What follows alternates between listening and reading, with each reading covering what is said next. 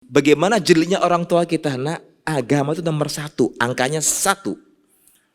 Kalau dia cantik 10, dia berilmu 100, dia pandai masak 1000, pandai ngurus anak 10.000. Tapi kalau agamanya hilang, tetap banyak nih, nolnya 5 misalnya. Iya, nolnya 5 itu berarti parah kan gitu.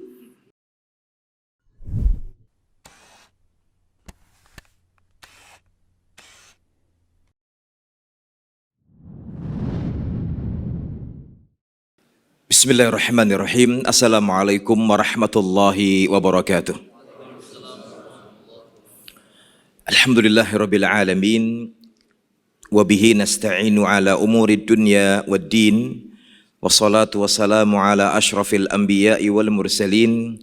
Nabiyyina wa habibina Muhammad ibn Abdullah wa ala alihi wa sahbihi. Wa man sara ala nahjihi wastanna bisunnatihi ila yamiddin, amma ba'd. Ikhatal imani rahimakumullahu jami'an. Saudaraku, saudariku seiman seakidah jamaah kajian yang dirahmati Allah Rabbil Izzah. Alhamdulillah, tidak pernah bosan kalimat syukur hamdalah tadi menghiasi bibir kita, membasahi lidah kita. Setiap kali di antara kita merasakan, mendapatkan begitu banyak karunia ilahi yang tercurah, terlimpah kepada kita. Nikmat iman, nikmat Islam, nikmat kesehatan, kesempatan dan kekuatan. Sehingga dengan izin dan takdirnya pula di malam berbahagia ini kita bisa kembali melaksanakan kewajiban yang Allah perintahkan kepada kita, salat maghrib berjamaah, yang kita lanjutkan dengan majelis at-tawasi bil haq wa tawasi bis sabr. Majelis yang kita ingin saling berwasiat dalam hal kebenaran, majelis yang kita ingin saling berwasiat dalam hal kesabaran, majelis yang kita berharap semoga Allah berkenan menaunginya dengan maghfirah dan rahmatnya. Majelis yang kita berharap tatkala kita melangkahkan kaki ke majelis ini, Allah berkenan mencatatnya sebagai ibadah yang terima di sisinya. Allah pun berkenan meridhai langkah kita, memberkati usia kita, mengampuni dosa kita, memberikan manfaat akan ilmu yang kita pelajari bersama. Dan semoga dengan kita belajar, Allah pun berkenan menjadikannya sebagai wasilah sekaligus sarana dimudahkannya langkah kita ke surganya kala amin ya rabbal alamin wa ya mujibas sa'ilin. Ikhwatul imani rahimakumullahu jami'an. Saudaraku dan saudariku seiman seakidah, tema yang kita angkat insyaallah barangkali sudah ada yang menyampaikannya, tapi perlu kita review kembali, kita ulang kembali, membabit tadkir, saling mengingatkan di antara kita, yaitu agar tidak sesat dan salah jalan. Ini bukan sebuah klaim kepada salah seorang di antara kita, tapi merupakan tadkir, sebuah warning atau wanti-wanti, ya, agar setiap orang di antara kita memperhatikan keimanannya, memperhatikan manhajnya, memperhatikan akidahnya, akhlak dan muamalahnya. Mengapa demikian? Karena setiap orang di antara kita akan sangat mudah tergelincir.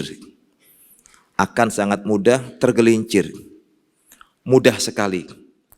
Terlebih kalau kita semua sepakat bahwasanya ulama sudah mengatakan asyubuhat khattafah wal qulub dha'ifah. Sambaran fitnah syubuhat, kerancuan itu khattafah, menyambar cepat bagaikan kilat. Wal qulub dha'ifah, dan hati kita ini aslinya lemah, sangat lemah, sehingga di hadapan kita itu sebagaimana pesan dari baginda Nabi kita Muhammad SAW, fitnah yang akan menghadang kita cuma 2 fitnah, syubhat dan syahwat. Sudah pasti, sudah pasti. Fitnah tu syubhat itu tujibu fasadal ilmi wal i'tiqad. Kata para ulama ilmu nafas dan juga ulama yang mengajak kita kepada tazkiyatun nufus, mereka mengatakan fitnah tu syubhat, fitnah syubhat itu konsekuensinya bila telah bersemayam di hati kita, masuk ke relung hati kita dan masuk ke pikiran kita, itu konsekuensinya kata mereka tujibu fasadal ilmi wal i'tiqad, berimbas rusaknya ilmu yang telah kita pelajari dan merusak ideologi atau keyakinan kita. Itu syubhat. Yang kedua fitnatus syahwat, fitnah syahwat. itu tujibu fasadal qasdi wal iradah. Konsekuensinya akan merusak niat dan keinginan kita. Syahwat. Dua-duanya berat. Tapi yang pertama, syubhat itu membahayakan kita, akan merontokkan pondasi ilmu dan akidah kita. Sehingga ini merupakan tema singkat dari para ulama yang ingin berikan kita formula-formula baku yang harus kita pegangi, yang harus kita jadikan sebagai pedoman hidup kita agar kita tidak sesat dan salah jalan. Apa langkah itu? Poin pertama yang perlu kita pegangi adalah masalah ad-du'a'u as-sadiqud daim. Langkah pertama kita adalah ad-du'a'u as-sadiqud daim. Doa yang tulus yang selalu kita ucapkan. Doa yang tulus yang selalu kita ucapkan. Ad-du'a as-sadiq ad-daim. Kalaupun kita berdoa, bukan sembarangan berdoa, tapi ad-du'a as-sadiq. Doa yang tulus keluar dari hati yang paling dalam. Ad-daim, yang berkesinambungan, terus dilantunkan, terus dimohonkan. Karena bicara masalah doa di Al-Quranul Karim tidak kurang dari 19 ayat yang berbicara masalah doa, keutamaan doa, perintah doa, dan tidak kurang dari 99 hadis yang berbicara masalah doa. Tidak kurang dari 21 asar ataupun riwayat dari para ulama salaf bicara masalah doa. Doa itu kan bermakna meminta, memohon kepada Allah Rabbil Izzah. Makanya setiap orang di antara kita tatkala ingin melangkahkan kaki dari pintu rumahnya, doa yang sering Nabi lafadzkan, Nabi lantunkan selain bismillahi tawakkaltu 'alallah la haula wala quwata illa billah. Sampai sini saja? Belum. Ada tambahan yang lain di hadis yang lain di riwayat Ashabus Sunan. Yang mana di antara istri beliau pernah mengatakan, Nabi ketika keluar dari rumahku, dia mengangkat pandangan matanya ke atas seraya berdoa. Setelah doa tadi itu, Allahumma inni a'udzubika an adilla au udalla au azilla au uzalla au adlima au udlama au ajhala au yujhala alayya. Sudah lupa ya? Apa sudah ingat? Iya. Cepat lupa kita. Mengapa Allah dan Rasulnya berpesan kepada kita, memerintahkan kepada kita agar terus berdoa? Karena memang jiwa kita lemah. Dan yang maha mampu mengendalikan hati kita siapa? Allah. Allah. Sehingga istri beliau Ummu Salamah sempat berkata kepada Nabi Muhammad SAW, Ya Rasulullah, ma aksara du'aak. Ya muqallibal qulub sabbit qalbi ala dinik. Wahai Rasulullah, begitu sering aku dengar lantunan doamu yang kau ulang-ulang dengan mengatakan ya muqallibal qulubi, wahai zat yang memutarbalikkan hati.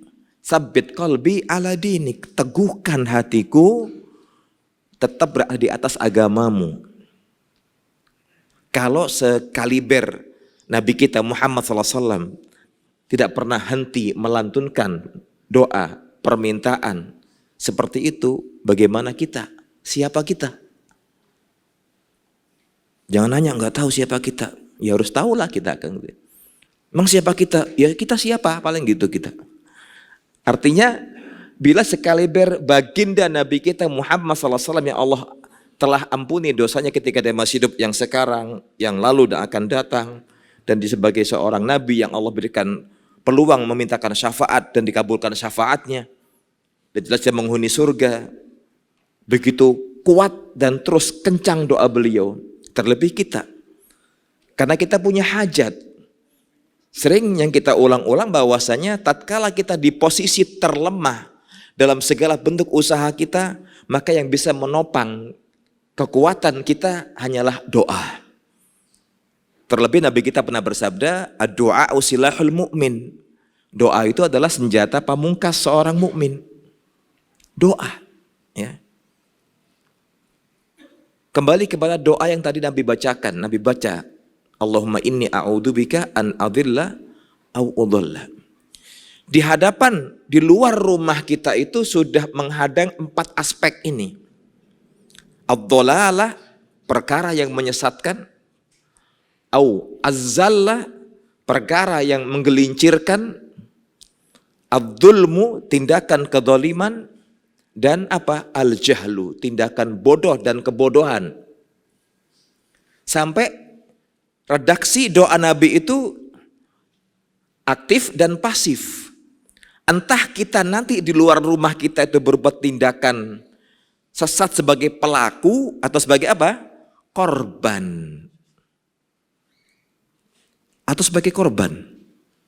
Simak ketika beliau mengatakan Allahumma inni a'udzubika an adilla au udalla. Ya Allah, aku memohon perlindungan kepadamu. Petikan awal kalimat ini mengingatkan kita sebagai abdun dhaif, hamba yang lemah. Kita meyakinkan zat yang maha mampu memberikan perlindungan, proteksi dan benteng hanya siapa? Allah. Itu mengingatkan kita agar kita terus ada unsur ketergantungan kepada siapa? Allah. Mau sewa bodyguard, nggak kuat kita. Bodyguard terbaik kita Allah. Penjaga terbaik kita Allah. Sehingga Nabi dengan kalimat tadi ada pesan yang tersirat yang kita tangkap. Ketika beliau mengatakan Allahumma inni a'udzubika, ya Allah aku mohon kepadamu perlindungan, proteksi, penyelamatan, an adillah, agar aku ini tidak menjadi pelaku yang terjatuh dalam kesesatan. Au udalla, atau datang syaitan atau manusia berhati syaitan yang berhasil menyesatkanku. Subhanallah. Aspek yang kedua adalah au azilla au uzalla. Dan aku memohon kepadamu ya Allah perlindungan agar aku jangan sampai tergelincir atau digelincirkan. Tergelincir atau tergelincirkan, tersandung. Bukan tersanjung ya, tapi ini tersandung. Azillah au uzallah. Karena azallah, ketergelinciran itu sangat mudah kita terjatuh. Lalu yang ketiga aspek adalah ad-dhulmu au adlima au udlama. Dan aku memohon kepadamu ya Allah perlindungan agar aku tidak berbuat tindakan zalim. Zalim itu kan wad'u syai' fi ghairi mahallihi, meletakkan sesuatu bukan pada tempatnya, itu dzulm. Atau aku terdolimi oleh orang lain. Karena enggak semua orang siap menerima tindakan kedoliman orang lain. Yang keempat adalah au ajhala au yujhala alayya. Dan jangan sampai aku ya Allah berbuat tindakan bodoh atau dibodoh-bodohin sama orang. Jadi sasaran empuk dibodoh-bodohin, jadi orang pandir, ya, akhirnya dibodoh-bodohin sama orang lain atau oleh perangkap syaitan. Dan yang tidak boleh sering kita lupakan, bukankah kita sehari semalam minimal 17 kali mengulang kalimat itu, ihdinas siratal mustaqim. Tunjukilah kami ya Allah, bimbinglah kami ya Allah, tuntunlah kami ya Allah untuk meniti jalanmu yang lurus. Bisa kita bayangkan dalam sholat fardu saja kita mengulanginya berapa kali? 17. Kalau antum lengkapi dengan sholat sunnah rawatib 12 rakaat sehari semalam jadi berapa? 29. Antum lengkapi dengan sholat tahajud 11 rakaat jadi berapa? 40. Dengan sholat duha misalnya sekian rakaat, 10 rakaat, 50 kali. Sunnah mutlaknya antara adzan iqamah setelah berwudu. Bayangkan Begitu kuat benteng kita. Tapi pertanyaannya, sudahkah kalimat doa yang tadi kita baca itu diresapi dan dihayati dengan baik dan benar? Kenapa? Tidak sedikit terjadi kasus di luar sana orang sesat atau tersesat. Tidak jarang di luar sana orang akhirnya berbuat kedoliman atau tertolimi. Terlebih kita mengatakan ihdinas siratal mustaqim, tunjukilah kami ya Allah. Itu memberikan sinyal kepada kita hidayah taufik itu bukan ditunggu. Kayak nunggu bis lewat, nunggu apa mas? Bis lewat. Mas kapan mau tobat? Nunggu hidayah menyapa. Diminta hidayah itu. Dicari. Tidak orang dikatakan, kapan kamu mulai jadi orang baik? Nantilah kalau tiba saatnya kan pasti aku baik. Kutunggu hidayahmu ya Allah. Enggak. Diminta dan dicari. Itu poin pertama, ad-du'a as-sadiq ad-daim. Doa yang keluar dari hati yang paling dalam dengan penuh ketulusan dan keikhlasan dan terus continue, berkesinambungan. Enggak pernah kenal lelah berdoa. Lalu yang kedua, sahibu khairin yasduku fi nasihatika wa yaqulu fi wajhika ma takrah lakin yanfa. Sahibu khair, ada sahib, teman, tapi khair. Orang bilang khair, orangnya baik. Kata-kata baik di sini adalah apa? Dia mukmin sejati, orang yang mukhlis. Sahibu khairin yasduku fi nasihatika. Yang ketika memberikan nasihat itu dia tulus, tidak ada pamrih apapun, tendensi apapun. Yaqulu fi wajhika, yang terkadang kalau dia menyampaikan nasihat di hadapanmu takroh, engkau kadang enggak suka. Emang pedas kadang teguran itu. Lakin yanfa'uka, tapi ingat, nasihat teman yang jujur itu sangat bermanfaat. Makanya kata orang Arab, sodiquka man sodakoka la man sodakoka. Temanmu itu orang yang selalu mengajarimu untuk jujur dan benar, tidak selalu membenarkan. Teman yang baik lah ya, jangan pas punya teman, bro, gue bener enggak? Cakep. Besok lagi, bro, tadi gue mau keluar bener, hebat. Itu namanya sodakoka. Semua tindakan kita dianggap benar.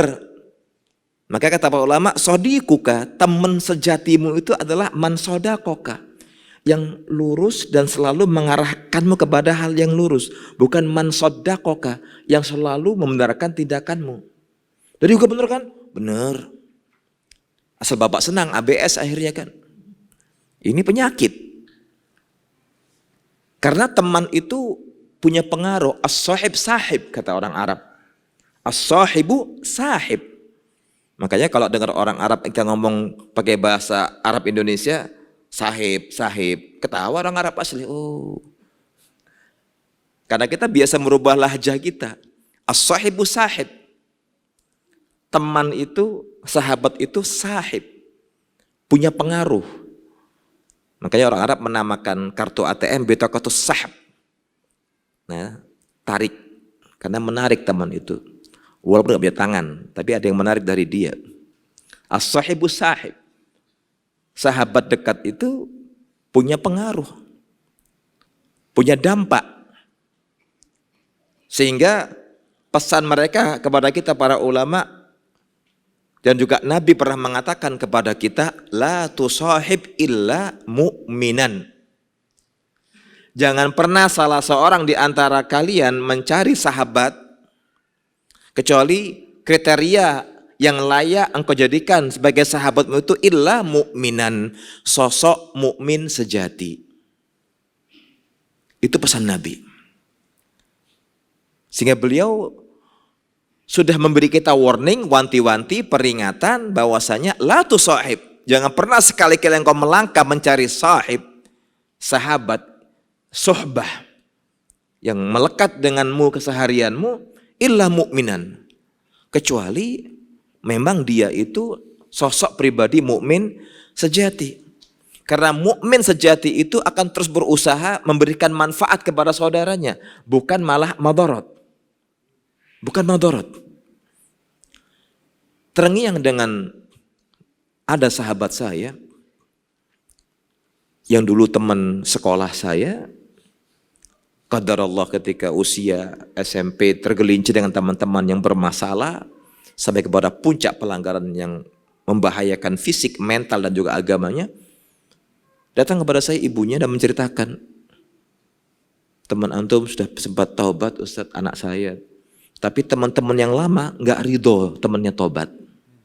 Kan kayak setan ya. Kayak setan. Jadi temannya mencari. Teman-teman lama yang sempat bersama dia bergabung dalam dunia hitam, tahu temannya taubat menghilang, ini orang kayaknya kena muntaber. Mundur tanpa berita. Ya, jangan salah tafsir. Dicari. Karena tak tahu dia mundur tanpa berita. Muntaber kan artinya. Itu. Ketemu, dirusak lagi. Dirusak sama mereka. Kenapa? Karena kita salah pilih. Salah memilah, sehingga memilih juga salah pada akhirnya. Pemilahannya salah, maka juga milihnya akan salah, menyengsarakan kita. Lihat itu, sehingga su'ul khuluq yu'di. Kata nenek moyang kita yang mereka orang-orang hadarim sering bilang sama kita, su'ul khuluq yu'di. Perangai yang buruk itu bisa menular. Terkontaminasi kita. Terjadi dengan teman-teman kita dan kawan-kawan saya pribadi. Subhanallah. Ada teman yang tobat nggak rela mereka temannya tobat. Oh nggak boleh. Kita harus di sini senang, di sana senang. Suka duka bersama-sama. Sesat bersama, tobat bersama. Sangar ya. Kata teman saya, afala tak sangar ya. Apa enggak sangar itu kan gitu. Itu konsep teman yang mereka emang berhati syaitan. Wallah anak enggak ridho ditobat duluan. Nantilah. Tapi alhamdulillah ya di akhir hayatnya dia bertobat. Alhamdulillah. Bertobat dan akhirnya menjadi ahli masjid. Ahli masjid berjamaah. Alhamdulillah. Itu yang kita syukuri. Karena memang as-sahib sahib. Sahabat itu punya as-sahab, punya daya tarik, ya, punya pengaruh, bahkan bisa mengalahkan orang tua kita. Bisa mengalahkan orang tua kita. Makanya saya sering bicara sama para orang tua yang punya anak ya. Ini kita konsep masalah bagaimana alur komunikasi dengan anak kita. Saya pribadi mengamatinya, kalau anak kita ditanya, nak siapa guru terbaikmu? Fulan misalnya. Kenapa? Oh baik orangnya Pak. Orangnya baik Bah. Komunikatif, sayang sama saya, perhatian dengan saya, bahkan ngasih duit saya. Itu berarti Anda kurang sayang sama anaknya. Tanpa sadar, anak kita telah mendapatkan tempat penampungan terbaru. Ketika anak kita memuji sekian gurunya, kan seharusnya seorang anak yang dia puji siapa? Orang tuanya. My father is the best, my mother is the best. Itu yang kita harapkan. Maka akan berdampak kepada pergaulan anak-anak kita. Dia lebih suka curhat kepada temannya, bukan kepada orang tuanya. Ya, ada orang tua itu setiap kali anaknya pulang sekolah, kalau bahasa orang Jawa itu ditanggap ya, bahasa kita bilangnya. Kalau tanggap gak apa? Menanggapi, ditanggap. Apa bahasa Kalimantan sih ditanggap ya? Al-muhim ya. Wis pokoknya kayak kie kan gitu ya. Ya kayak kue ya. Nah, kalau anaknya pulang sekolah itu dipanggil, duduk sini. ceritakan apa yang kau dapat sekolah. Wah, cerita terus gitu.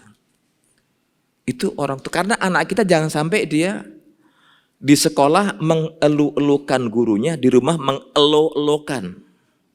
Beda kan? U sama O. Di sekolah mengelu-elukan gurunya, artinya mengelu apa? Memuji. Di rumah mengelu-elukan. Lo mah bukan orang tua bener. Lo doang yang bisa jadi orang bener. Jadi mengelu-elukan. Berbahaya. As-sahib sahib situ. Sehingga ketika Nabi bilang sama kita, la tusahib illa mu'minan, jangan pernah kau bersahabat kecuali dengan orang-orang yang beriman. Karena itu kunci keselamatan kita. Bahkan sering kita katakan, tidak jarang orang-orang sekitar kita itu rusak karena pergaulan. Apalagi zaman sekarang kan gitu.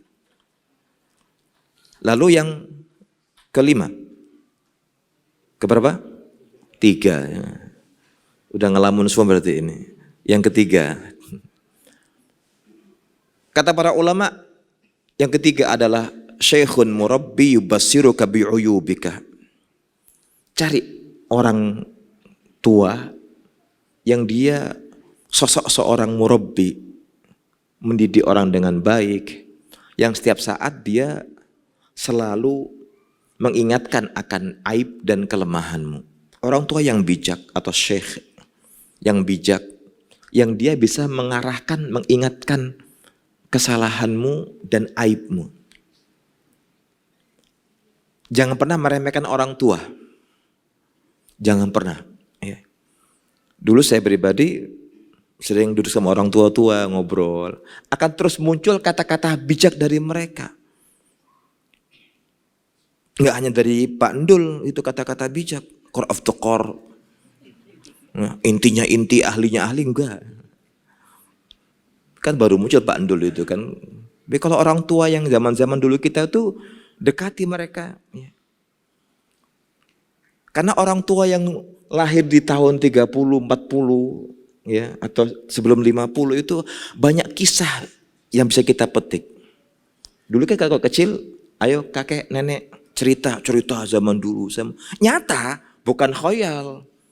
Pada suatu hari lewat seekor monyet misalnya. Ceritanya khayal semua.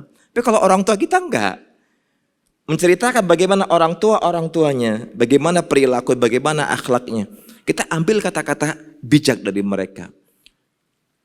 Dan sering orang tua kita tuh melentorkan satu pesan singkat tapi padat dan syarat dengan makna. Ya. Saya masih merekam itu awal saya menikah. Itu ibu mertua saya rahimahullah ta'ala meninggal tahun kemarin. Selalu kalau saya mau berangkat ke Semarang itu bilang apa? Nak yang sabar. Nak yang sabar. Saya pertama enggak nyantol. Oh boy, kok apa iki? Ngomong Jawa lagi saya ini. Ini apa? Ini kata-kata yang satu kalimat saja ya. Nak yang sabar. Iya Mi. Iya. Itu ternyata dia sadar. Orang kayak kamu ini akan banyak ujiannya. Bukan pujiannya. Akan banyak ujiannya. Selalu ketika masih bisa bicara, ngobrol. Nak yang sabar, nak yang sabar. Ternyata itu saya resapi sampai hari ini saya baru tahu. Karena innamas sabr bitasabbur. Hakikat orang itu akan sabar dengan belajar sabar. Di sana saya bisa mengambil hikmah, kita harus sering duduk dengan para orang tua sesepuh yang mereka bijak. Akan muncul kata-kata bijak yang belum pernah terlintas di benak pikiran kita. Mohon maaf karena saya juga orang Jawa ya.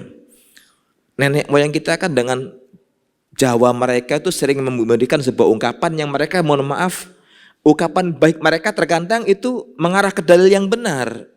Contoh, kata dia, le Gusti Allah mboten sare.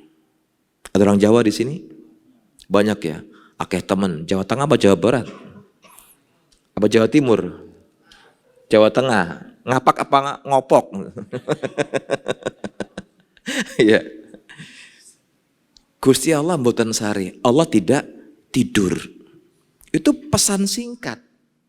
Yang kedua, becik ke titik Allah ketoro.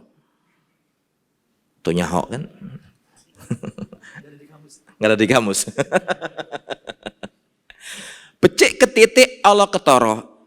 Itu ungkapan seperti ayat yang Allah katakan di 7 dan 8 Az-Zalzalah. Faman ya'mal mithqala dzarratin khairan yarah wa may ya'mal mithqala dzarratin syarran yarah. Walaupun mungkin orang Kalimantan juga ada pepatah itu mestinya, tapi itu orang tua yang bijak. Becik ketitik Allah ketoro. Bisa ngulang satu Erul? Lupa ya. Becik ketitik. Ya. Kecil akan kelihatan, besar lagi kan gitu.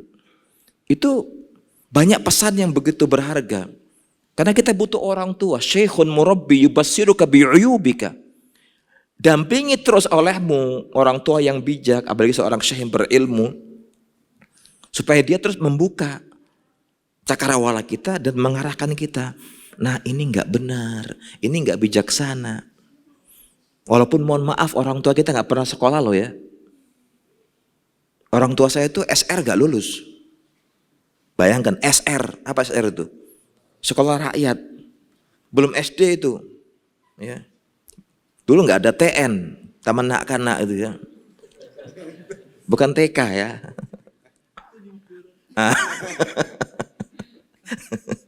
Karena di Madura nggak ada TK, adanya TN, Taman Nak-Kanak kan gitu.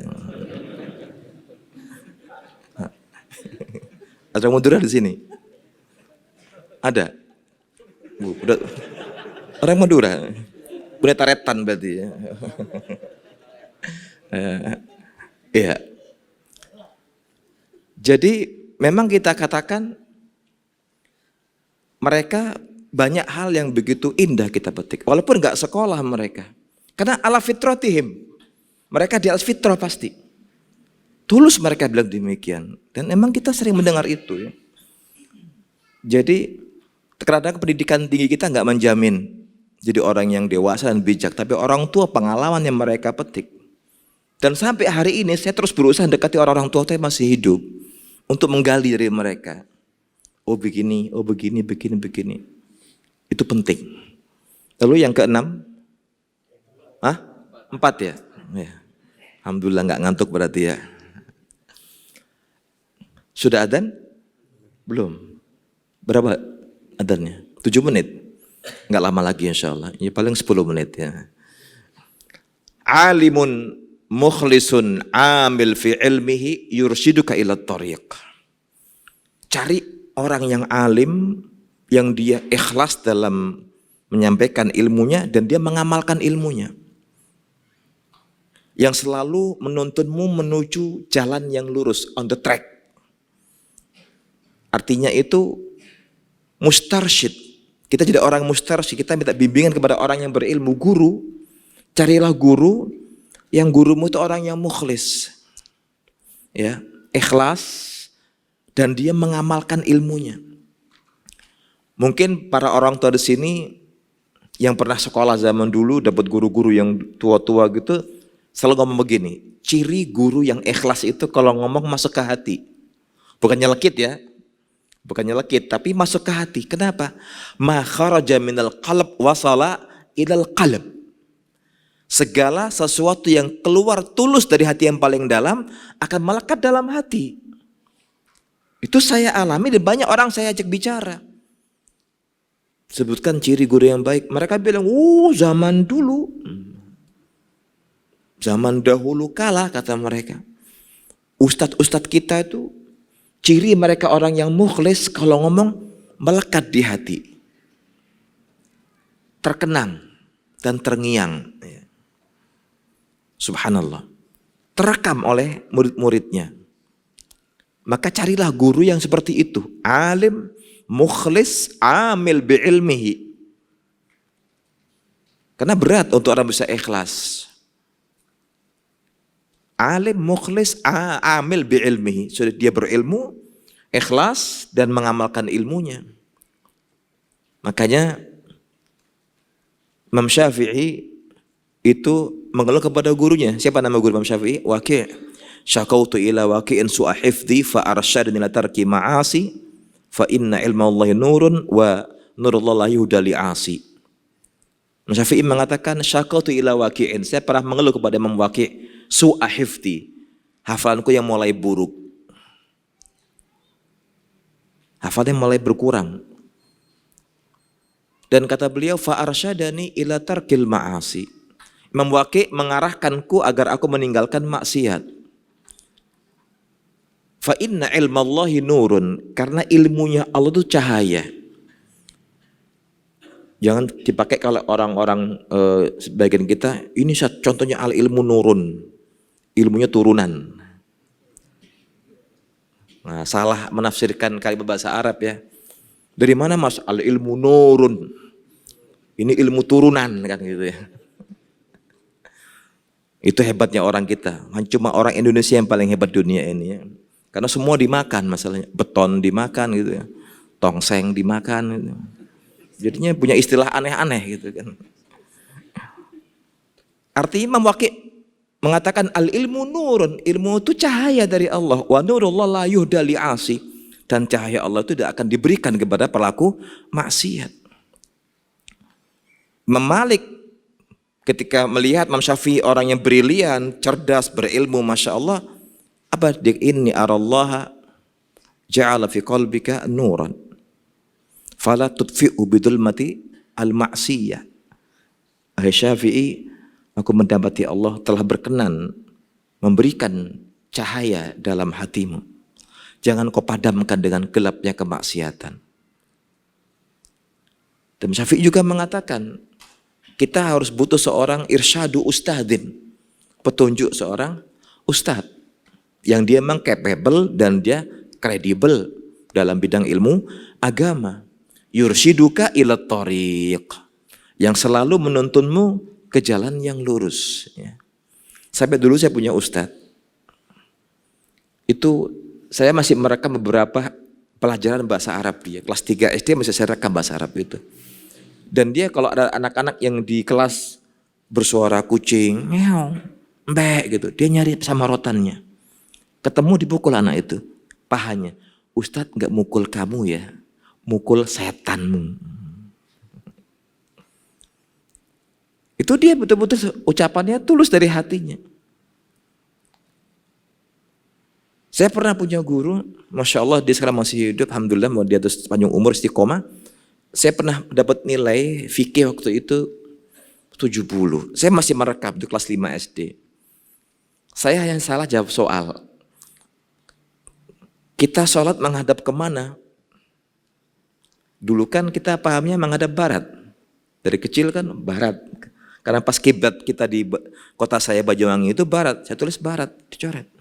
Salah saya. Ditanya, menjelang terima rapot, kamu udah berapa pelajaran saya? 70 Ustaz. Ridho kamu? Harus ridho Ustaz. Pas 5 SD saya itu. Yakin? Iya.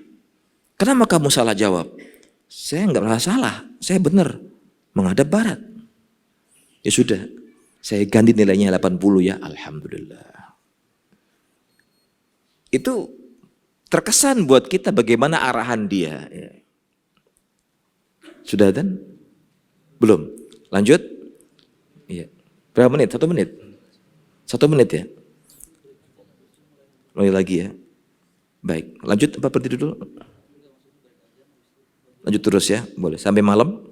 Ya jangan. Iya.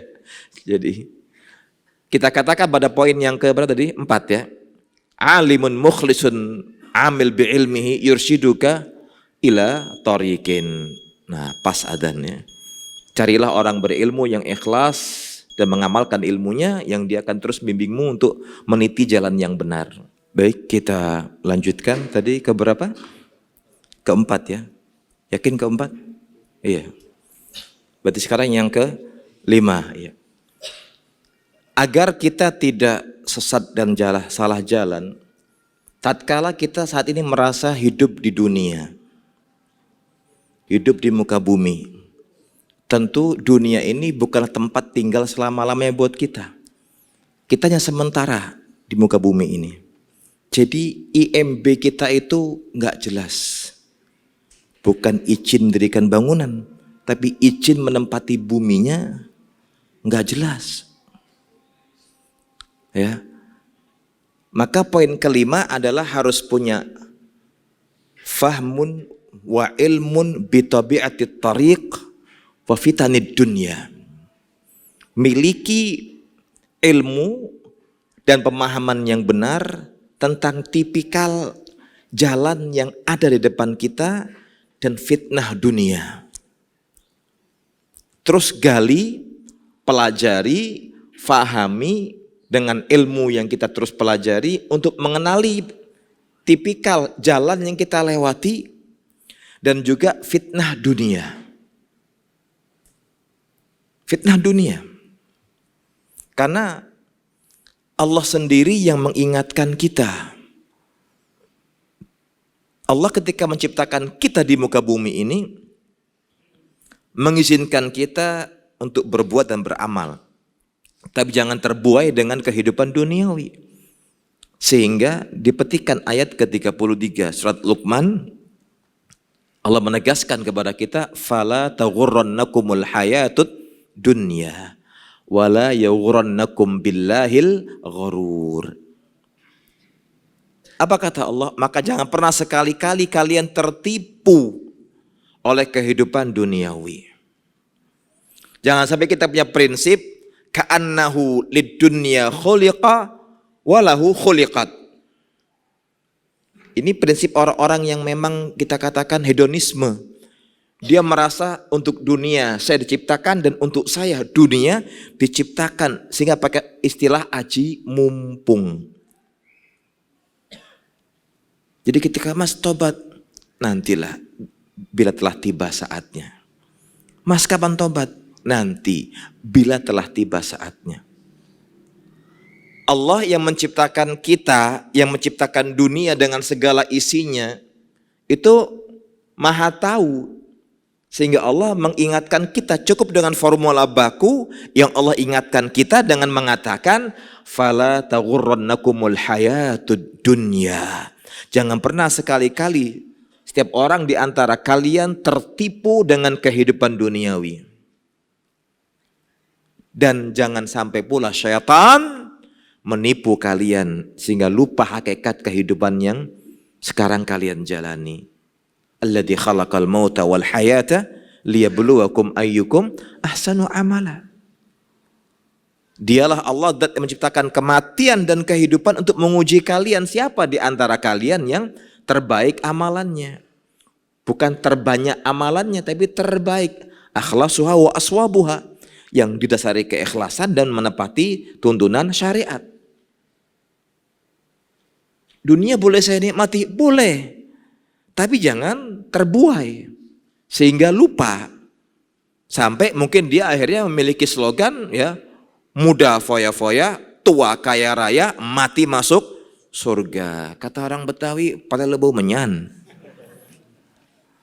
Iya kan? Enak kalau punya prinsip. Mude, foya-foya, tua, kaya raya, mati masuk surga. Surga nyalu kan gitu. Ini orang-orang hedonisme yang mereka terbuai dengan dunia. Sehingga mereka gak peduli dengan peringatan kita.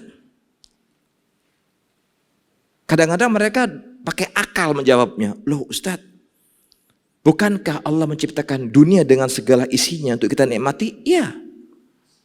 Iya. Tapi justru Allah mengingatkan kita itu pertama jangan dulu ingat dunia. Ingat apa? Akhirat dulu. Allah mengatakan wabtaghi fima atakallahu darul akhirata wala tansa nasibaka minad dunya. Berharaplah dengan janji Allah yang dijanjikan kepadamu dari surga dengan segala keindahannya, tapi jangan lupa hak duniamu. Jadi bukan dikatakan 50-50, enggak. Secukupnya Anda menikmati dunia. Sekuat-kuatnya orang makan dengan uang miliaran dolar, berapa piring sih kuatnya? Atau mungkin makan mie ayam 8 mangkok satu dulu. Kata kalau orang yang gemuk, mangkok pertama sebelah sini, kedua sini, ketiga sini, keempat sini. Ya paling 8 mangkok siap-siapnya. Minum mungkin 1 ember maksimal misalnya. Tapi itu yang tidak akan dinikmati sama sekali. Kalau udah usia tua, itu ada orang tua di kampung saya sudah 85 tahun ke atas, sering ngeluh, ya Allah, makan daging segini, itu selilitnya setengah jam. Nyelip sana nyelip sini.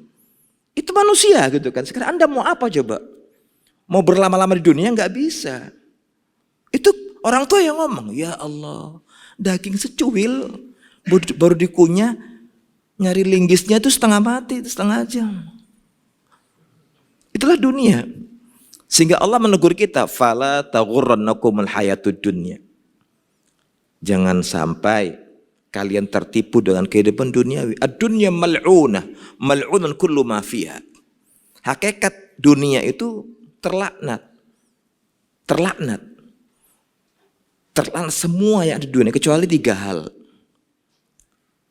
Alim, orang berilmu, atau muta'allim, orang belajar ilmu agama, dan dzikrullah mawalah, berzikir kepada Allah dan semisalnya. Kalau ingin selamat dari kutukan dunia, ya 3 hal itu kita kerjakan. Sehingga Allah yang maha tahu kualitas iman kita itu, Allah yang maha tahu. Karena memang kadar keimanan kita itu ala kadarnya. Kadar keimanan kita itu ala kadarnya. Sehingga Allah pun ketika menguji kita sesuai dengan kadar keimanan kita. Allah dengan rahmat, cinta dan sayang kepada kita di ayat 155 Al-Baqarah menegaskan walanabluwannakum bisyai'in, dan pasti akan kami uji kalian dengan sedikit saja. Karena Allah tahu kadar iman kita ala kadarnya. Diuji sekali itu keluhannya berhari-hari. Sekali diuji itu kalau kata orang Jawa sambatnya itu sekian hari, bahkan woro-woro. Ya. Dia woro-woro. Itulah tipikal menungso yang seneng meneng-meneng, yang loro woro-woro. Ya, kalau kemarin itu menungso meneng-meneng seneng dosa, ini kalau menungso itu yang seneng meneng-meneng, yang loro woro-woro. Ketika senang diem nggak ngomong-ngomong, sakit dia di upload. Gua sakit bro, doain dong gitu. Ketika senang naik gaji, jangan bilang-bilang. Jangan bilang-bilang, jangan bilang-bilang. Akhirnya si A bilang ke B, jangan bilang-bilang. Semua tahu sekampung jangan bilang-bilang. Akhirnya makan bareng jangan bilang-bilang sekampung. Itulah manusia menungso yang menang, yang senang menang-menang. Ketika senang dia diam, nggak ada suaranya. Ketika dia sakit itu, masya Allah, soundingnya melebihi iklan Indomie kan gitu. Pagi siang malam. Ya. Itu manusia. Jangan sampai kita seperti itu. Ya. Baik, tersisa 2 lagi maksimal. Tadi kelima ya. Betul. Lanjut. Masih diizinkan. Iya. Yang keenam, tinggal 1 lagi, 2 lagi. Yang keenam adalah kata para ulama, al-khawfu minaz zalal. Selalu punya rasa khawatir jangan sampai kita tergelincir. Selalu setiap saat ada evaluasi. Kan terkadang kelemahan kita itu di 2 hal. Kontrol dan evaluasi. Kontrol, evaluasi. Kita hanya pandai di planningnya, pandai di organizingnya, pandai di actuatingnya, tapi ketika bicara C dan E-nya, controlling dan evaluating, kita lemah. Ya, udah kejegur baru tahu, oh ini bolong ya. Makanya al-khauf minaz zalal, selalu tanamkan rasa takut dan khawatir jangan sampai tergelincir.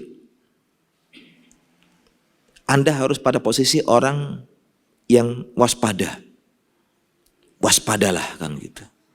Jangan kalah sama Bang Napi. Waspadalah, waspadalah. Karena dia dah mengalami hal yang dia nggak waspada sebelumnya. Udah kejeblos baru terasa, oh iya. Al-khauf minaz zalal. Terus punya rasa khawatir terhadap sikap orang akan tergelincir. Makanya Mu'ad bin Jabal ketika mendengar Nabi sering mengucap doa, ya muqallibal qulub tsabbit qalbi ala dinik. Ketika Ummu Salamah tanya, ya Rasulullah, begitu banyak kau ulang doa itu, apa kata Rasulullah? Ya Ummu Salamah, inna qulubal ibad fi isbi'aini min asabi'ir rahman yuqallibu kaifa yasha faman syaa aqama wa man syaa azaghahu. Wahai Ummu Salamah, hati seluruh manusia itu berada dalam genggaman dua jemari di antara jari jemari Allah. Yuqallibu kaifa yasha, yang Allah maha mampu membolak-balikkan hati hambanya kapan dia kehendaki. Sehingga Mu'adz bin Jabal ketika mendengar warning itu, dia membaca doa yang tertuang dalam surah Ali Imran ayat 8. Rabbana la tuzigh qulubana ba'da idh hadaitana wa hab lana min ladunka rahmah innaka antal wahhab. Mu'adz bin Jabal langsung ketika Nabi mengatakan seluruh hati manusia berada dalam genggaman dua jemari dari jari jemari Allah, yuqallibu kaifa yasha, Mu'adz ketakutan, ya Rabb. Langsung dia baca doa yang tertuang di Ali Imran ayat 8. Rabbana la tuzigh qulubana ba'da idh hadaitana wa hab lana min ladunka rahmah innaka antal wahhab. Coba resapi doa itu. Rabbana, ya Allah ya Rabb kami, la tuzigh qulubana. Jangan lagi engkau palingkan hati kami, engkau sesatkan hati kami. Setelah kapan? Ba'da idh hadaitana. Setelah engkau berkenan beri kami hidayah, ya Allah. Ini bukti hidayah itu mahal. Mu'adz ketakutan, dia khawatir. Langsung dia doa, membaca doa tadi itu. Ya. Jadi al-khauf minaz zalal. Man khafa salima wantabaha fi sayrihi. Orang yang takut, dia akan selamat dan selalu waspada ketika jalan. Selalu waspada. Fokus dia. Yang terakhir, yang ketujuh, pas komat ya. Baik, yang terakhir yang ketujuh adalah ma'rifatu siyaril muntakisin wal mutasaqitin ma'adirasati asbabi dzalika. Kita harus mengenal, membaca sejarah orang-orang yang tadinya baik jadi nggak baik, tadinya lurus jadi nggak lurus. Dikaji faktor penyebabnya. Karena lemahnya iman itu cuma dua faktor, intern dan ekstern. Sama dengan orang-orang yang dulu jadi orang baik jadi nggak baik, dikaji penyebabnya, faktor penyebabnya. Karena lawannya orang yang soleh itu toleh. Ya. Lawan orang soleh apa? Toleh. Sehingga pesan nenek moyang kita kalau kita keluar rumah, le ojo tola toleh. Ya paman yang bisa Jawa ya, ajak lalen, diiling-iling. Ya. Jadi orang tua kita pun sudah ngerti lawannya soleh itu toleh. Le ojo tola toleh, jangan tola toleh. Harus lempeng. Kita kan enggak. Jadinya enggak nyampe-nyampe. Jadi orang tua kita dengan fitrahnya paham lawannya soleh itu toleh. Bukan toleh bukan gitu kan. Makanya kita harus mengenal, mengkaji kenapa orang-orang sebelum kita itu dulunya baik jadi nggak baik, dikaji faktor penyebabnya. Terus dicari bagaimana problem solvingnya. Kita pun sama. Oh mungkin temannya, oh mungkin ilmunya, oh mungkin imannya lemah, oh mungkin. Itu serba kemungkinan kita tulis semuanya. Semua bentuk indikator yang membuat dia tergelincir, kita kaji. Agar kita yang belum tergelincir ini waspada dan tahu, oh ini berbahaya, ini membahayakan. Kita kaji. Allah pun sudah menyebutkan kepada kita kisah bagaimana orang-orang sebelum kita. Qarun, kaumnya Nabi Lut. Sampai bumi mereka dibalik, diangkat ke langit, dilempar lagi. Lihat itu. Allah binasakan mereka. Kaumnya Saleh, kaum Nabi Hud, dan seterusnya. Kita kaji, kenapa mereka Allah binasakan? Kenapa mereka Allah palingkan? Kenapa fulan kok tergelincir? Kenapa dan kenapa? Maka kita kaji, maka tak lepas dari fitnah tadi itu, syubhat dan syahwat. Jadi kondisi hati kita ini tidak bisa stabil maksimal. Butuh tajdid. Ya. Sebagaimana pesan Nabi kita sebagai penutup ya, hadis yang masyhur riwayat Imam Hakim dalam kitab Mustadraknya, Nabi mengatakan yang masyhur yang kita dengar ya, innal imana la yakhlaqu fi jawfi ahadikum kama yakhlaqu thawb. Innal imana la yakhlaqu fi jawfi ahadikum kama yakhlaqu ats-thawb. Fas'alullaha an yujaddida imanakum. Sesungguhnya iman yang bersemayam di hati kalian itu la yakhlaq. Ada masanya dia akan memudar, luntur, kalau kata orang Jawa bulat. Bulak ya. Meluntur, bahkan sirna. Sehingga Nabi tidak berhenti sampai di sini. Beliau menegaskan fas'alullaha an yujaddida imanakum. Mintakan kepada Allah agar Allah berkenan senantiasa berbaharui iman kita. Sehingga Syekh Abdul Razak beliau mengatakan doanya gimana? Kita cukup mengucapkan Allahumma jaddid imani. Syekh Abdul Razak pernah mencontohkan ketika baca hadis ini, beliau mengatakan fanaqulu Allahumma jaddid imani, ya Allah perbaharuilah imanku.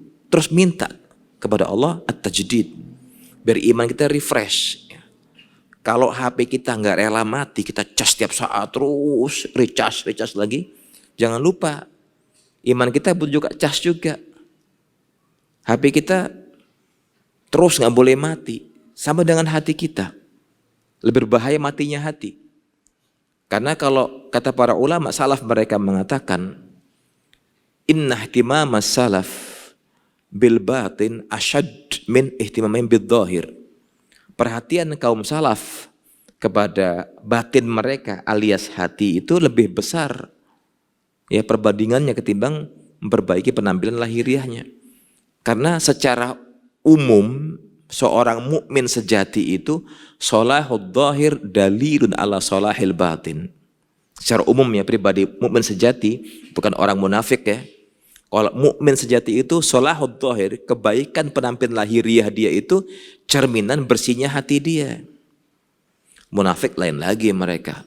Tapi kalau mukmin sejati itulah gambarannya. Sholahud dhahir dalil ala sholahi al batin. Itu hakikat seorang hamba yang memang dia mukmin ya. Demikian wallahu taala a'lamu bis-shawab. Barangkali ada waktu untuk pertanyaan, silakan. Baik, dipersilakan kepada Bapak Ibu sekalian jika ada yang ingin ditanyakan.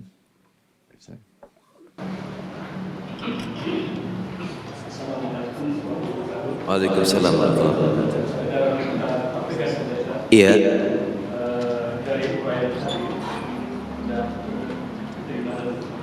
Iya. Mohon penjelasannya, apakah ini bisa berubah pikiran saya? Yang pertama bahwa agar tidak sesat dan Salah jalan.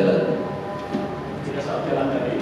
Yang pertama kita berubah keyakinan dari makhluk kepada Allah. Yang kedua berubah keyakinan dari mal harta itu kepada amal. Yang ketiga dunia kepada akhirat. Apakah ini bisa menjadi aturan bagi saya? Apakah ini ada penegasan atau jangan dari saya? Iya. Prinsip dalam kita hidup itu agar tidak lupa selalu menjadikan pedoman hidup kita ketika Allah berfirman di ayat 56 Adz-Dzariyat. Wa ma khalaqtul jinna wal insa illa liya'budun. Tidaklah aku ciptakan jin dan manusia kecuali agar mereka itu betul-betul memurnikan ibadah hanya kepadaku. Yang kedua, prinsip hidup kita yang sering kita baca dalam doa iftitah diantaranya inna sholati wa nusuki wa mahyaya wa mamati lillahi rabbil alamin. Sehingga ada dua konsep hidup kita di dunia ini, hablum minallah dan hablun minan nas. Itu konsep kita. Ketika hablum minallah, maka kita maksimalkan keberadaan kita di muka bumi ini. Terlebih masa muda kita, umur kita akan ditanya oleh Allah Rabbil Izzah. Pasti itu. Makanya Kita katakan ketika bicara hablum minallah, maksimalkan ibadah kita, tahqiq al-ubudiyah. Betul-betul merelasikan hakikat ubudiyah, penghambaan diri kepada Allah dengan semaksimal mungkin. Walaupun tidak harus kita katakan sampai gak tidur sama sekali. Ada ulama salaf itu meminta kepada Allah 3 permintaan. Dalam sebuah riwayat dikatakan dia Abdullah bin Amir atau Amir bin Abdillah Tamimi itu minta kepada Allah 3 perkara. 2 Allah kabulkan, 1 nggak dikabulkan. Yang pertama apa? Dia minta kepada Allah agar mencabut rasa takut dari seluruh makhluk. Yang kedua, dia minta kepada Allah jika matanya suatu saat melihat wanita cantik supaya dirubah wajah perempuan itu jadi tembok yang rata. Bukan nyata ya, jadi tembok gitu, enggak. Artinya seolah dia melihat tembok yang rata. Dipalingkan matanya. Yang ketiga, dia minta kepada Allah agar dihilangkan rasa kantuknya. Supaya tiap malam tahajud semalam suntuk, enggak Allah kabulkan. Karena wa inna li nafsika 'alaika haqqan. Karena dirimu punya hak untuk istirahat gitu kan. Maka konsep kita pertama adalah hanya bergantung kepada Allah pertama. Iyyaka na'budu wa iyyaka nasta'in. Orang itu bisa tawakal kepada Allah setelah yakin. Jadi tawakal itu buah dari keyakinan. Bagaimana kita akan tawakal kepada Allah kalau nggak yakin kepada Allah? Dalam doa pun Nabi mengajari kita demikian. Ud'ullaha wa antum muqinuna bil ijabah. Berdoalah kepada Allah dengan kalian yakin Allah akan mengijabahi doa kalian. Itu konsep hidup kita, ya. Agar betul-betul unsur ketergantungan kita kepada Allah semata. Jangan pernah menggantungkan harapan pada orang lain atau minta kepada orang lain. Makanya ulama salaf mendidik anaknya dalam perkara akidah, keyakinan dengan mengatakan la tas'alanna bunayya adama hajatan wasalil ladzi abwabu la tuhjabu. Allah yaghdabu in tarakta su'alahu wa bunayya adamu hina yus'alu yaghdabu. La tas'alanna bunayya adama hajatan. Nak, jangan pernah meminta-minta kepada orang lain hajat duniawimu. Kalau perlu garam sebutir jangan ke tetangga. Assalamualaikum, akhi fillah, uhibbukum fillah. Wallah Nabi haja ilaik. Apa ya akhi? Garam sebutir jangan. Gak apa-apa hari ini kita masak hambar. Karena ulama salaf keras mendidik anak-anaknya. La tas'alanna bunayya adama hajatan. Jangan pernah minta kepada orang lain kebutuhan duniawimu. Secuil pun jangan. Wasalil ladzi abwabu la tuhjabu. Mintalah kepada zat yang pintunya enggak pernah terkunci. Terbuka lebar. Kalau di dunia kan orang ditulisin ngamen gratis, ngamen Jumat, dibatasi. Proposal masuk hari ini jam 12 siang maksimal. Itu pintunya manusia. Kalau pintunya Allah. Wasalil ladzi abwabu la tuhjabu. Mintalah kepada zat yang pintunya enggak pernah terkunci 24 jam. Allahu yaghdabu in tarakta su'alahu. Nah, justru Allah akan murka kepadamu kalau kamu enggak pernah minta sama Allah. Wa bunayya, dan anakku ingat, Adamu yang namanya manusia, hina yus'alu yaghdabu. Semakin kau sering minta, dia akan marah. Hari pertama dia khair, baik. Naam ya akhi. Mudah-mudahan bisa membantu antum. Doakan saya ya. Hari kedua, kok kesini lagi? Ya butuh. Hari ketiga, balik ente. Hari keempat, gembok pintunya, sedang pergi. Hari kelima sudah pindah, kata gitu. Manusia. Ya. Makanya kata ulama, wa bunayya Adam hina is'al yaghdab. Kalau orang kau sering minta, dia marah malah. Ente lagi. Muka ente ini kapan dipindahkan dari muka anak kan gitu. Tapi kalau Allah malah murka kalau kita nggak minta. Nabi pernah mengatakan, man lam yas'alillah yaghdab alaih atau yughdab alaih. Barang siapa belum pernah minta sama Allah, Allah akan murka. Allah akan marah pada dia. Allah senang mendengar rengekan kita. Merengeklah di hadapan Allah. Jangan depan orang. Tumpahkan air mata kita di atas sajadah. ketika tahajud. Sampai kaum salaf itu, tetangga sebelah bantalnya, siapa itu? Istrinya. Kadang nggak tahu kalau suaminya lagi nangis. Bukan menangisi istrinya, kok nggak mati-mati, bukan. Menangisi dosanya, ya. Sampai nggak tahu istrinya. Kalau kita harus tahu, bang kenapa nangis? Itu ya, gimana ya? Dosa makin banyak, nggak perlu tahu istrinya. Sampai sebagian kaum salaf itu dalam sebuah riwayat dikatakan tetangga satu bantal itu nggak tahu kalau lagi menangis suaminya. Bukan karena nggak dipijitin istrinya, enggak. Bukan karena dia kuper, kurang perhatian, bukan. Tapi memang menangisi dosa, tapi tetangga sebelah kepala dia itu nggak tahu gitu kan. Itu hebatnya bagaimana kaum salaf mendidik generasi mereka. Allah Ta'ala alam bisawab. Tadi yang kedua? Ada? Oh iya, silakan Mbak.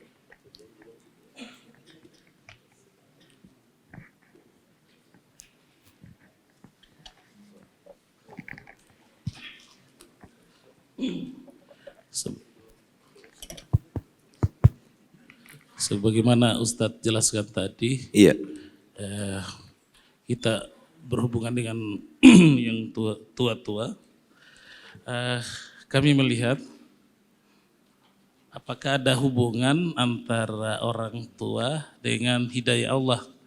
Yang ada keluarga saya, saudara sepupu saya, tapi di tempat lain banyak saudara sepupu saya. Ini premanisme kelas kakap premanisme, tapi sangat takut sama orang tuanya. Kalau orang lain banyak pun dia lawan, mungkin sama preman di Tanjung Priok. Dia tapi sangat takut sama orang tuanya. Kalau dimintai dia usaha memberikan orang tuanya. Dipukuli pun dia tidak pernah membalas. Sekarang jadi ahli ibadah. Seperti Ustadz katakan tadi, jadi ahli ibadah. Sebaliknya begitu pula yang kami tanyakan, ada dalil ke Ustadz yang ini mengatakan ada hubungan hidayah antara ketaatan orang tua Sama anak ya. Iya. Yang kedua, Ada berapa soal? 2 ya? Lanjutkan ya. Enggak apa-apa. Unlimited ya. yang kedua ada pesan ayah saya. Masya Allah. Ayah sudah meninggal. Sudah meninggal. Rahimahullah. Terhadap anak-anaknya, kalau memilih istri katanya walaupun tidak terlalu cantik, tapi akhlaknya mulia itu lebih bagus. Dia beri contoh begini, secantik apapun istrimu, kalau hari-hari membuat yang kamu tidak suka, itu kurang cantiknya katanya. Kemudian jelek kamu lihat, padahal orang lain lihat cantik. Begitu pula istrimu jelek, tapi hari-hari membuat yang kamu senangi berbuat, itu kurang-kurang jeleknya, akhirnya cantik kamu lihat. Ini bagaimana hubungannya? Apa ada dalil, ada yang hubungannya dengan ini Ustaz? Akhirnya antum cari yang mana? Ini saya lupa sambungannya. Ini saya alami Ustaz. Saya alami. Betul, istri pertama saya itu tapi sudah cerai, cantik betul. Masya Allah. Tapi persis yang diucapkan ayah saya tadi. Catat itu ya. Jadi beda 20 tahun lebih dengan saya, cuma waktu itu mungkin saya banyak duit waktu itu, akhirnya jadi, ternyata memang membuat sesuatu yang saya tidak suka, akhirnya memang saya tidak suka. Sedangkan istri saya yang sekarang alhamdulillah dari sunnah, biasa-biasa saja, tapi semoga saya tidak berpisah dengan dia sampai mati. Masya Allah, tabarakallah. Yang kedua masih ada Pak ya? Alhamdulillah, Masya Allah. Jadi sebenarnya 2 pertanyaan kalau saya jawab bisa panjang ini Pak. Apa nggak usah jawab, nggak usah ya. Baik, yang pertama, bagaimana kaitan antara hubungan orang tua sama anak? Ada seorang mungkin preman yang menakutkan, sadis di luar, sangar, di rumah sama ibunya takut gitu kan. Yang harus kita paham bersama, konsep dalam Islam itu yang namanya hidayah ada 2 macam, hidayah taufik, hidayah irsyad. Hidayah taufik itu bicara masalah hati manusia yang itu merupakan hak prerogatif Allah. Contoh kasus ketika Nabi kita Muhammad SAW mendakwai pamannya Abu Thalib menjelang ajalnya, ya amma qul la ilaha illallah. Pamanku ucapan la ilaha illallah. Sehingga turunnya ayat 56 Al-Qasas itu asbabun nuzulnya ketika Nabi menyesali pamannya tidak bersyahadat. Allah tegur keras dia.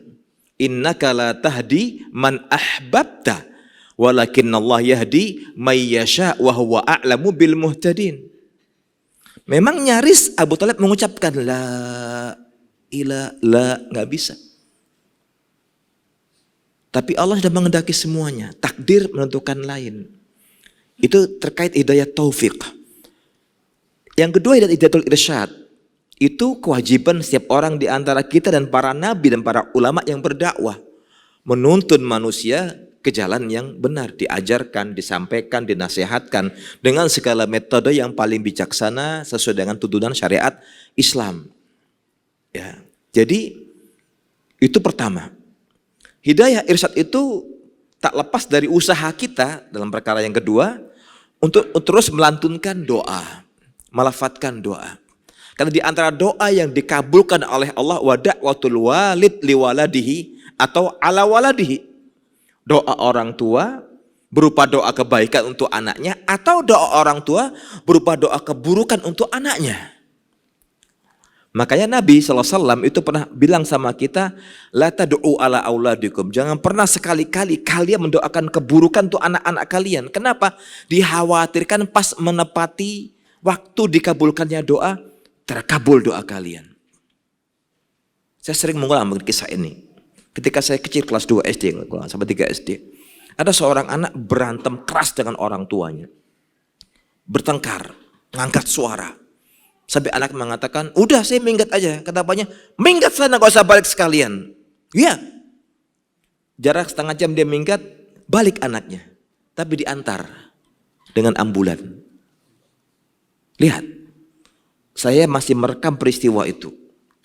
Dan melihat peristiwa itu. Ya, itu SD saya kelas 3. Mengancam, saya gak akan pulang. Kalau kata orang kita, sekalian gak usah balik ente. Mampus lo sana kan gitu orang bilang. Gak usah balik deh. Kalau perlu pulang aja mayatnya misalnya gitu.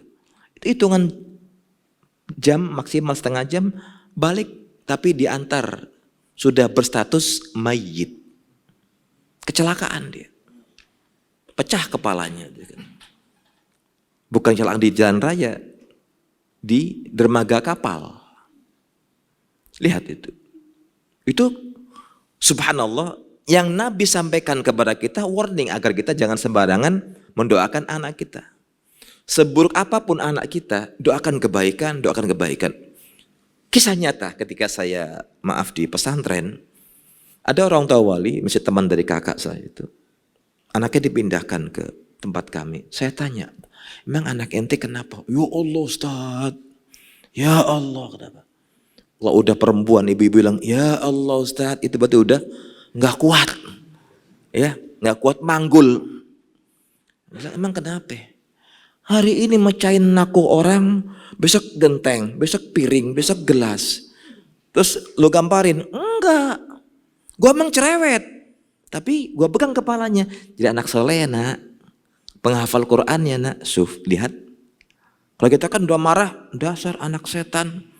Memang iya, kan bapak setannya misalnya gitu. Bahaya itu kita bilang gitu. Terus anak tuyul, bapak kan tuyulnya kan gitu. Makanya ibu ini ketika setiap kali marah saya tanya. Pasti ibu mukul. Salah Ustaz. Gue emang bawel. Ini kalau udah ngomel gak berhenti gitu dia. Itulah ibu-ibu. Bersyukurlah Anda kalau ibu rewel. Bersyukur. Itu nanti ngangeni kalau udah mati. Ya. Pernah ngalami ya? Iya. Nah, dia megang kepalanya didoakan. Jadi anak soleh ya nak, penghafal Quran, subhanallah. Anaknya ketika lulus dari SMA, hafal 17 juz dan disempurnakan di rumahnya sampai 30 juz. Jadi jangan meremehkan doa. Seburuk apapun anak kita, teman kita, saudara kita, tetangga kita, selipkan doa kebaikan untuk dia. Selipkan doa, selipkan dan selipkan doa kita untuk mereka. Sebagai mana halnya, Abu Hurairah itu bertemu Nabi, ya Rasulullah doakan ibuku. Nabi doakan. Abu Hurairah pulang, ibunya mandi, ternyata masuk Islam. Itu yang pertama. Ya. Jadi kaitannya masalah hidayatul irsyad dan hidayah taufik. Dalam berkah hidayah taufik kita nggak boleh menyerah. Terus doa. Ya, dalam kebenarannya kita ada kisah seorang anak, dia memang seorang siswa ya, itu selalu menyusahkan orang tuanya. Semua yang diminta dikasih. Tapi ketika orang tuanya minta, dia nggak mau. Jadi anak yang baik, sekolah yang rajin, ayo menghafal Quran, dia nggak mau. Terjadi sebuah kisah yang begitu istimewa.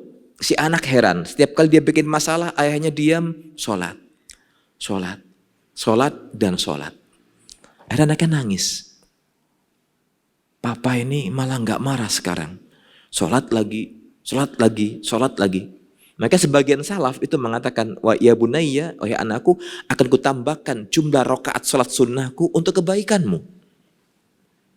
Itu keajaiban dari Allah Rabbul Izzah. Si anak langsung menangis dan taubat. Dan berazam, bertekad menjadi penghafal Quran. Subhanallah. Itulah hakikat hidayah. Walaupun bila di antara kita pun ditakdirkan Allah belum menerima hidayah, itu atas keputusan Allah. Ya. Lalu yang kedua, masalah pasangan hidup kita. Kembali kepada nas dan konteks dari Nabi kita Muhammad SAW. Tungkahul mar'atu li arba'in. Sejatinya wanita itu diizinkan oleh Nabi untuk kita menikahinya dengan 4 kriteria. 5 liha hartanya, wali jamaliha kecantikannya, wali hasabiha garis keturunannya, bibit, bobot dan bebetnya, wali diniha dan agamanya. Walaupun Nabi menyebutkan perkara agama yang keempat, tapi beliau menyebutkan itu yang paling utama, pilih agamanya. Tapi enggak masalah kalau antum nyari 4-4-nya, bukan 4 istri ya, artinya 4 karakter ini, 4 sifat. 5 liha kaya raya, karena juga Abdullah bin Mas'ud itu menikah dengan Zainab kaya raya, ya. Tapi kan jarang ya kayak Zainab, ya kayak Khadijah itu kan 1000 banding 0,1 mungkin ya. Zainab itu menerima Ibnu Mas'ud dengan apa adanya, bahkan dinafkahi. Tapi kan jarang. Jadi 5 lihat hartanya, wali jamaliha kecantikannya, walaupun cantik itu relatif. Itu semua paham lah ya. Kan memang kalau bahasa saya itu ngomong sama teman-teman, laki-laki itu kadang egois. Udah tahu wajahnya pas-pasan nyari yang lebih cantik kan gitu. Dan perempuan itu lebih qanaah menerima pasangannya. Yang penting hidup Ustaz gitu katanya. Ya. Sehingga saya ambil kesimpulan, kaum pria ini banyak egoisnya. Udah tahu wajah kayak saya ini pas-pasan, nekat nyari yang cantik kan gitu. Tapi kalau perempuan, yang penting hidup. Bisa menghidupin kan gitu. Nah kembali ke situ, 4 kriteria ini yang Nabi sampaikan kepada kita. Yang keempat itu yang terakhir agama. Tapi ketika disebut yang terakhir, Nabi lebih menyarankan kita fadfar bidatid din. Pilihlah olehmu yang paling baik agamanya. Jangan salah baca harokatnya. Fadfar bidatid dain. Cari yang paling banyak utangnya, jangan Pak. Karena kadang orang baru belajar nahwu shorof, Arab gundul salah baca. Fadfar bidatid dain. Nikahilah yang banyak utangnya, bayari utangnya kan gitu. Wah, remuk kita akhirnya kan. Ajur orang bilang. Nah dari situ kita nggak akan disalahkan karena Nabi mengizinkan kita memilih dengan 4 kriteria itu. Kalau kata orang tua kita itu mengajari anak kalau mau nikah, apa kata orang tua kita? Nah kalau mau nikah buka mata lebar-lebar, melotot, pantangin, ya. Lihat wajah calon istri, buka mata lebar-lebar, selebar-lebarnya, yang lama. Kalau udah nikah tutup matamu. Itu yang contoh kata-kata bijak orang tua kita. Kalau mau nikah, buka mata lebar-lebar. Pastikan itu calonmu. Wanita asli, tulen. Pasti ya. Yang kedua, pastikan kau telah tahu bagaimana karakternya, tipikalnya, kebiasaan, dan lain sebagainya. Itu penting. Karena banyak kasus maaf perceraian karena nggak sesuai dengan apa ekspektasinya ya. Memang kita kan egois sekali lagi, tinggi, semampai, pinter, kaya, lalu kita pendek, naik tangga kalau menang gitu. Makanya kita katakan orang tua buka mata lebar-lebar. Sudah menikah tutup matamu. Itulah pasanganmu, itulah pilihanmu.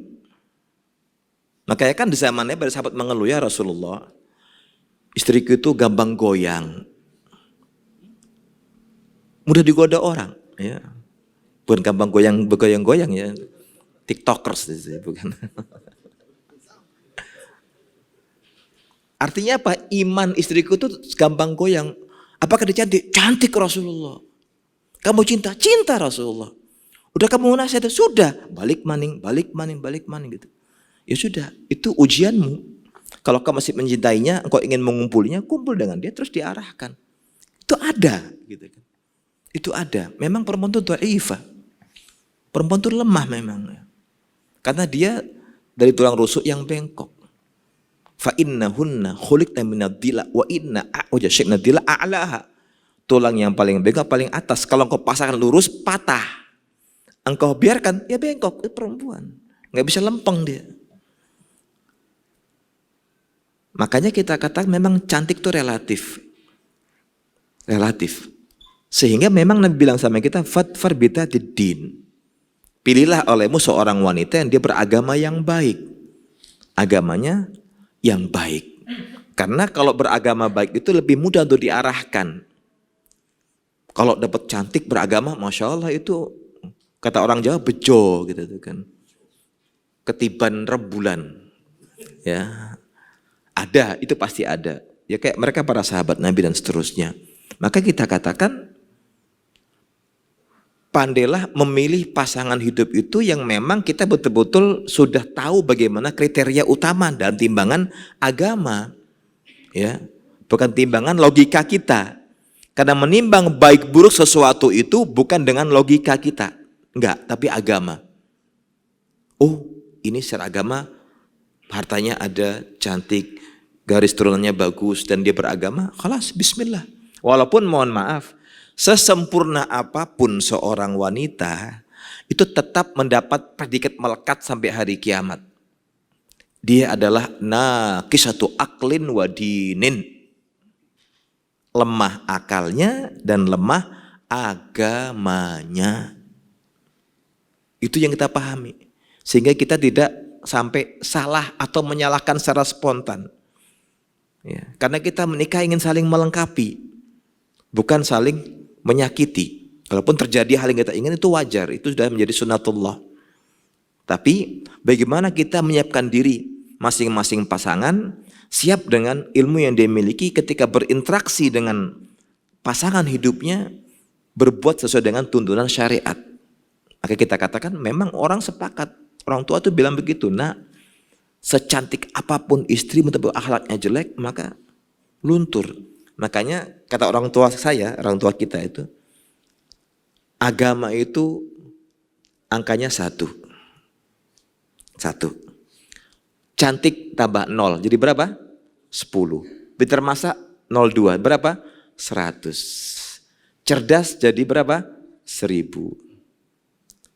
Baik jadi berapa? 10.000. Kalau agamanya hilang, berapa? 0, tapi 4 nolnya Ustaz. Ya 0. Iya kan? Itu bagaimana jelinya orang tua kita. Nah, agama itu nomor 1, angkanya 1. Kalau dia cantik 10, dia berilmu 100, dia pandai masak 1000, pandai ngurus anak 10.000. Tapi kalau agamanya hilang, tetap banyak nih, nolnya 5 misalnya. Iya 0,5 itu berarti parah kan gitu. Kayak orang punya rapot merahnya 5. Sehingga kata orang tua, ini nomor telepon siapa nak? 54321 gitu kan. Dikata merfek di situ. Dan angka merah itu kan. Maka kita katakan bahwasanya jelas-jelas kita harus jeli memilihkan pasangan yang mengerti agama. Bila toh pada akhirnya enggak cocok, ya itu sudah takdir Allah Rabbil Izzah. Minimalnya dengan agama yang cukup itu bisa minimalisir segala bentuk konflik yang akan terjadi. Dan sekali lagi memang cantik itu relatif. Walaupun kita pun pengen dapat yang ganteng kalau yang dari ceweknya, pengen dapat yang cantik kalau dari cowoknya, tapi tetap relatif. Tapi yang harus kita perhatikan adalah betul-betul berdoa kepada Rabbana hablana min azwajina wa dzurriyyatina qurrata a'yun waj'alna lil muttaqina imama. Demikian Allah taala alam bisawab. Subhanakallahumma bihamdika asyhadu an la ilaha illa anta astaghfiruka wa atubu ilaik. Wassalamualaikum warahmatullahi wabarakatuh. Terima kasih. Jazakumullah khairan wa barakallahu fikum. Video ini dibuat atas partisipasi dari donasi Anda. Semoga menjadi amal jariah bagi Anda semuanya.